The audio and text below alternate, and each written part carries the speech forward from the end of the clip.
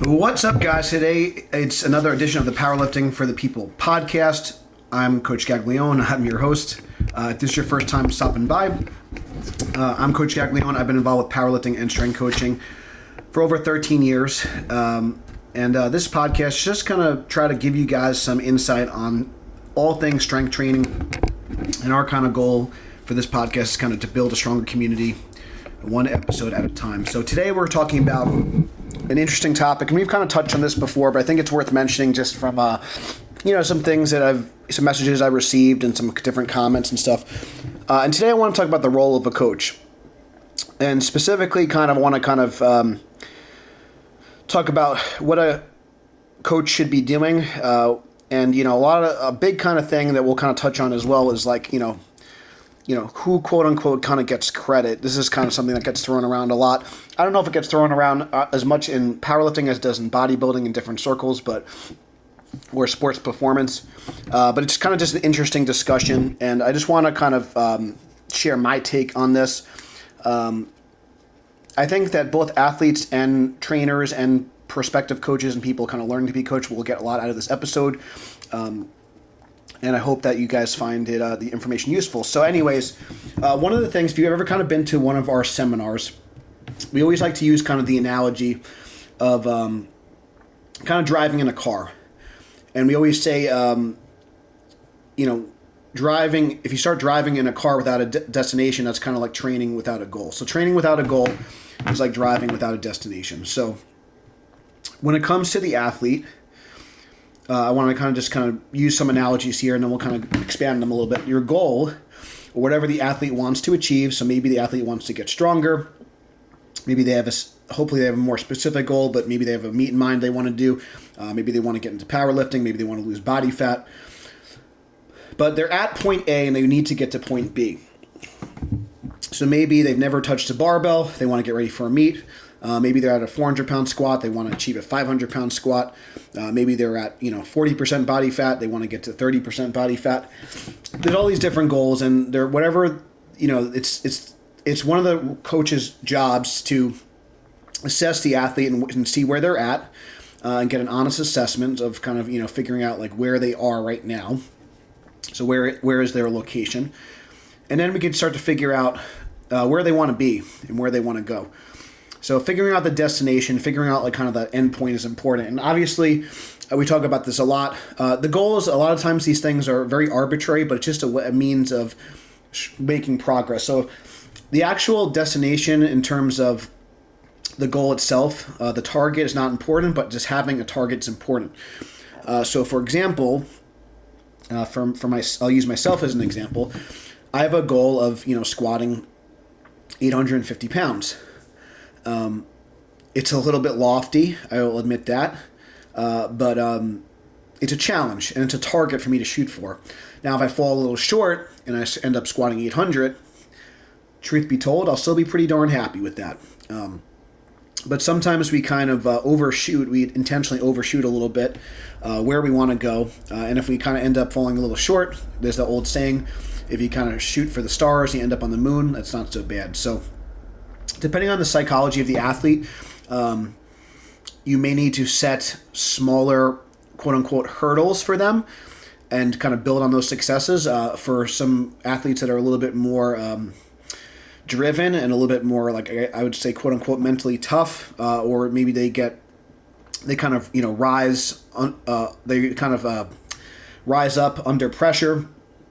They're able to handle pressure well. They're able to kind of channel in more energy that way, then maybe a loftier goal is warranted. But in general, it should be a challenge for the athlete, and that's going to be different. So it might be a smaller challenge for some, it might be a loftier challenge for others. And just in general, the more experienced the athlete, I think the loftier the goal, and then because they kind of understand the process a little bit better.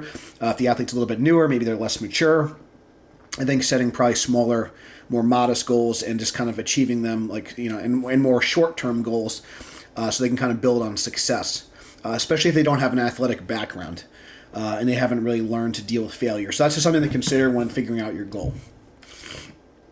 So when a coach is, once they kind of figure out where the athlete is and where they want to be, so they figure out, okay, we're at point A, we need to get to point B, then the coach is going to start to figure out The training program. The training program is kind of like your directions or your map, okay? So once you kind of know your destination, you're going to, obviously, if you have like a GPS, and I kind of, we'll get into that in a second, but I feel like the coach is kind of like a GPS, it's your guide.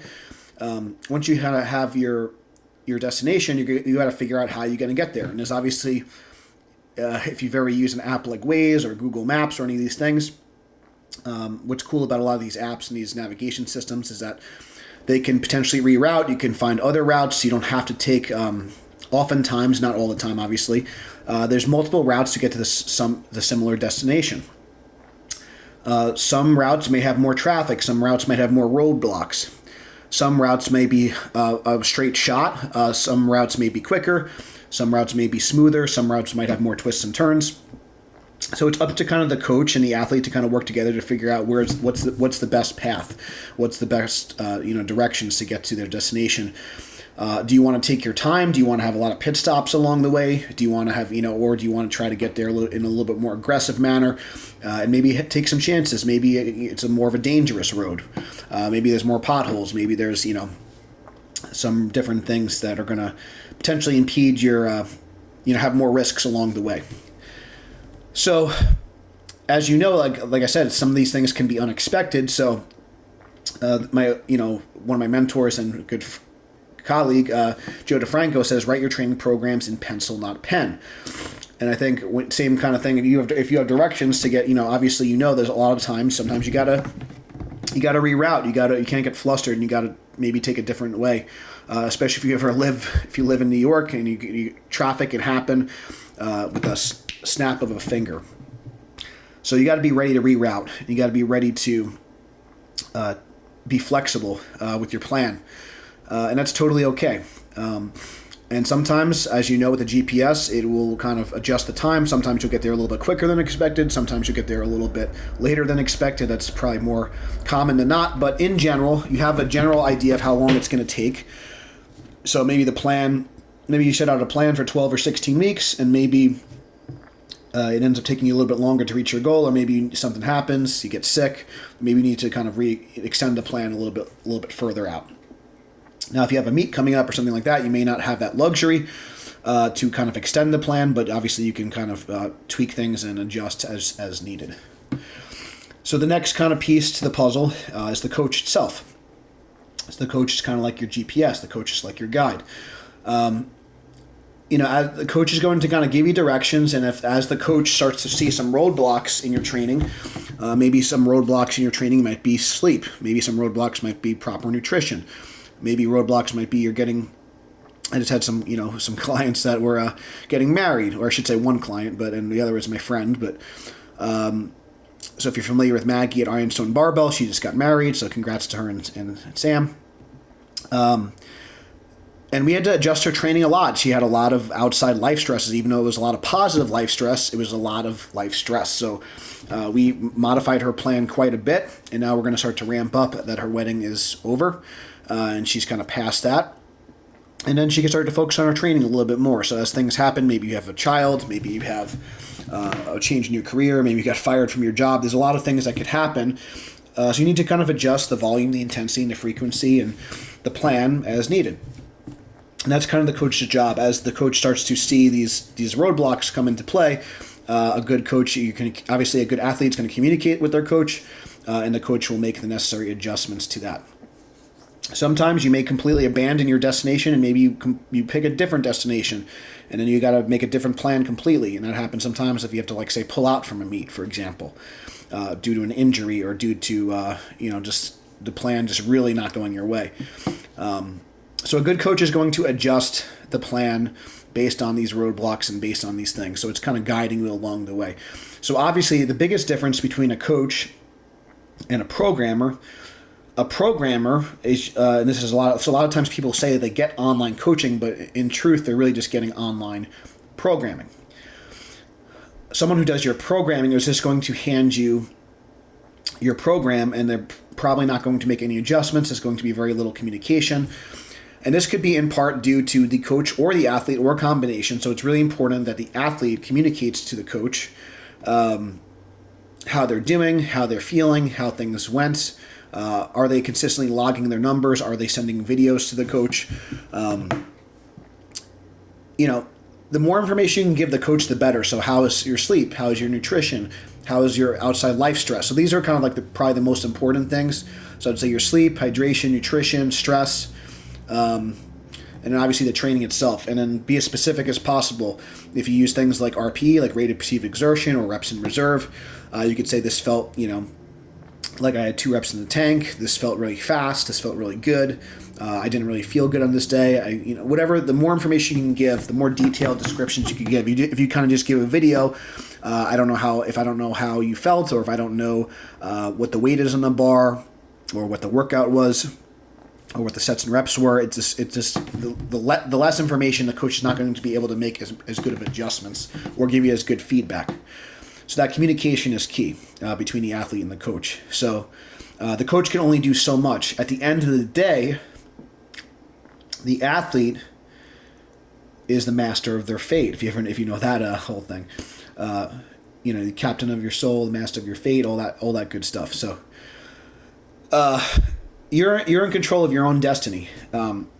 You are responsible for getting from point A to point B. The coach cannot do it for you. The coach cannot lift the weight for you. The coach cannot prep your meals for you. I guess they could. The coach cannot eat for you. The coach cannot sleep for you. The coach cannot lower your stress. The coach can help you. The coach can give you feedback and suggestions. But at the end of the day, the athlete is in charge of their own destiny, and the athlete deserves the credit if they win or lose. And the coach, at the end of the day, is just a guide. The coach is helping them along the way. The coach is a facilitator of that progress. And obviously, coach is going to have a good coach is going to have a big hand in the athlete's success. But at the end of the day, the athlete is responsible for themselves. And I think a really good coach, and I've been trying to do a better job of this, because I can tend to, especially my in-person team members, I can tend to be very controlling, micromanage my staff and things like that, and I'm very aware of this. And it's because I care, obviously, but it's really important that the athlete starts to kind of learn to almost train themselves a little bit and keep themselves in check. And as the athlete gets more advanced, they start to figure out what works well for them and what doesn't work well for them. They can start to auto-regulate a little bit more, and then the coach is more providing just feedback, thumbs up, thumbs down, and just it's more guiding versus just telling them what to do. Coach can help hold them accountable and all this stuff, but at the end of the day, the athlete's going to start to kind of learn what works for them and learn to kind of auto-regulate and train themselves. So it's kind of like if you use a GPS for a while, eventually there's going to be a point where hopefully, if you've gone to the same destination quite a bit, so let's say you've competed in a couple different meets and you kind of know your peaking process, you probably don't need to turn the GPS on all the time. You might just have the GPS on there, just as a safety net. Like sometimes I'll do this when I'm kind of, driving home. But there's a certain point when you get close to your home, you get close to your destination, you probably don't need the GPS anymore. You might keep it on just as a safety net, just in case something happens, and I think that's fine for an advanced, because obviously advanced lifters still have coaches, but there's probably a point in time where you probably don't really, quote unquote, need the GPS anymore, but it's just nice to have, again, just to kind of have that safety net and just have that, just kind of support it just as needed. You kind of use the coach as needed, but you don't really, it's more of, it's a luxury. It's not, like I said, a necessity. And, it's not to say that, like I said, I think everyone needs a coach. I think everyone could use coaching, but you don't always want your hand held all the time. This is especially true of nutrition, I think, that you need to start to kind of build these habits for yourself over time. I think you need to kind of figure out what works for you. And when it comes to especially in-person training and team training, I think that you really can't replicate that, and getting help and support from people like on a regular basis, I think is the best. But these are just some things to consider if you're looking for a coach, or if you're kind of been working with someone for a long time. Hopefully the coach is kind of guiding you in a way where you're kind of learning to train yourself more effectively, and you probably will need the coach less and less over time, and you kind of, again, it's just a nice safety net, and you have a good relationship with them, and you can kind of build and grow together. So like I mentioned a lot of these before, but like if there's any kind of, modifications, unforeseen events, that's kind of like your roadblocks, rerouting. If there's any kind of natural disasters, so we kind of talked about that. If there's kind of some illness or fatigue, that's kind of more like not necessarily a roadblock where you have to reroute completely, but that's kind of like traffic building up. So it's just going to slow down your progress.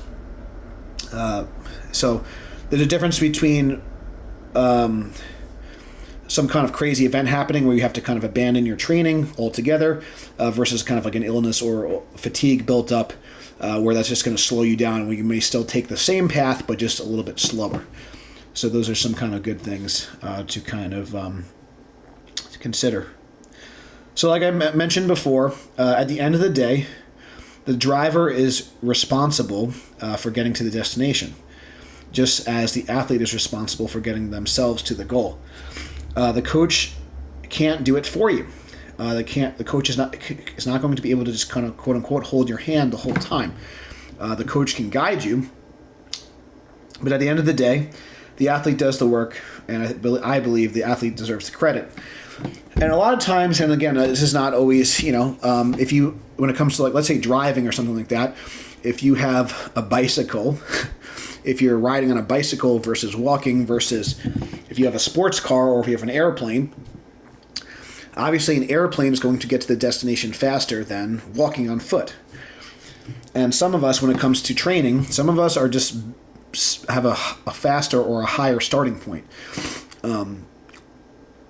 Always use, obviously, an extreme example, but obviously someone like Larry Williams, who I've worked with for many, many years, and I continue to consult with him as needed.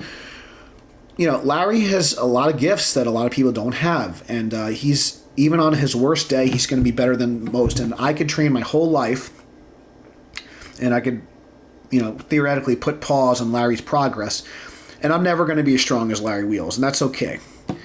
So I'm never going to achieve his level with my genetics, and that's all right with the level he's at now.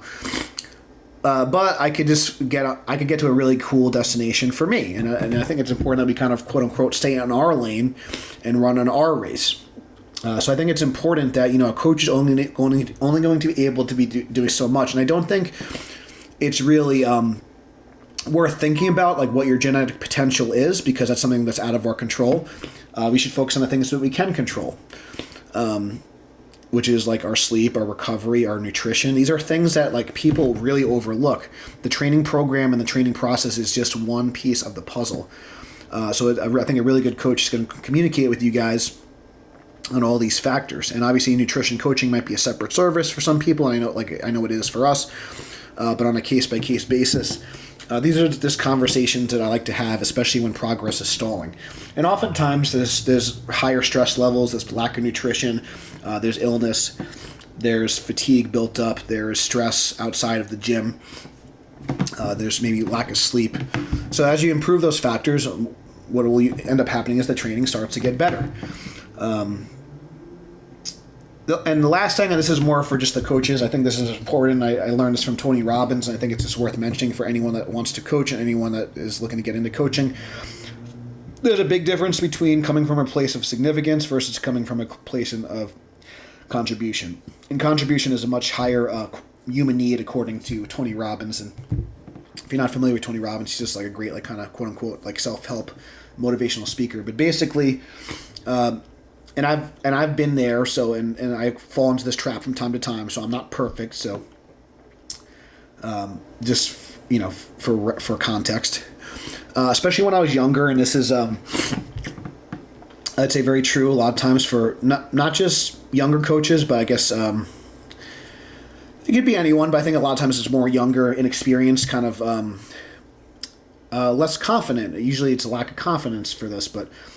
People that come from a place of significance these people typically are characterized by like mudslinging other programs, so they'll tend to bash other programs. They'll always want to talk about how their method is superior and how they've made, quote unquote, made all these athletes, and they want to kind of take credit for everything.